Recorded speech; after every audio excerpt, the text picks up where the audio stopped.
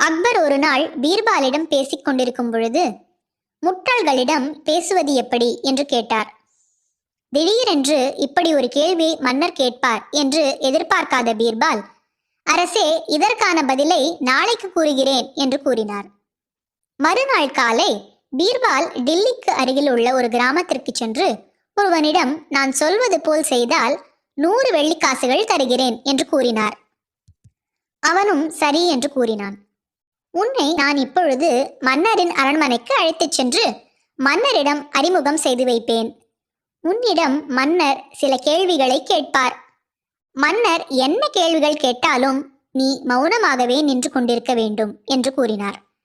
இருவரும் மன்னரை பார்க்க புறப்பட்டனர்.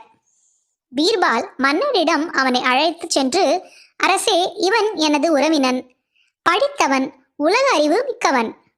தாங்கள் என்ன கேள்விகள் கேட்டாலும் இவனால் உடனடியாக பதில் கூற முடியும் என்று கூறி அவனை மன்னரிடம் அறிமுகப்படுத்தி வைத்தார். முட்டாள்களிடம் சில சமயம் பேச நேரிட்டால் எப்படி நடந்து கொள்ள வேண்டும் என்று அவனிடம் கேட்டார். மன்னர் கேட்ட கேள்விக்கு பதில் ஒன்றும் பேசாது பீர்பால் சொன்னபடி அவன் மௌனமாக நின்றிருந்தான். மன்னர் பலமுறை கேட்டும் அவன் பதில் கூறாது வாய் மூடி மௌனமாகவே இருந்தான். பீர்பாலிடம், என்ன உங்கள் உறவினர் நான் பலமுறை கேட்டும் பதில் கூறாது மௌனம் சாதிக்கிறானே, நீங்கள் கூறியபடி இவன் அறிவாளியாக இருப்பான் என்று தெரியவில்லையே என்றார். உடனே பீர்பால், அரசே, தாங்கள் கேட்ட கேள்விக்குத்தான் பதில் கூறிவிட்டானே என்றார்.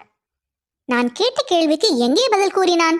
மௌனமாகவே நின்று கொண்டிருக்கிறான் என்று கூறினார் அக்பர்.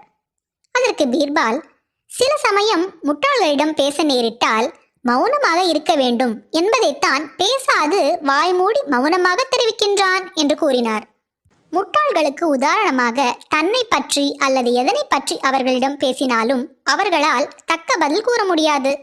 ஆகையினால் அவர்களிடம் பேசாமல் இருப்பதே சிறந்ததாகும் என்பதை உணர்த்திய பீர்பாலின் அறிவை புகழ்ந்து பாராட்டினார் அக்பர்.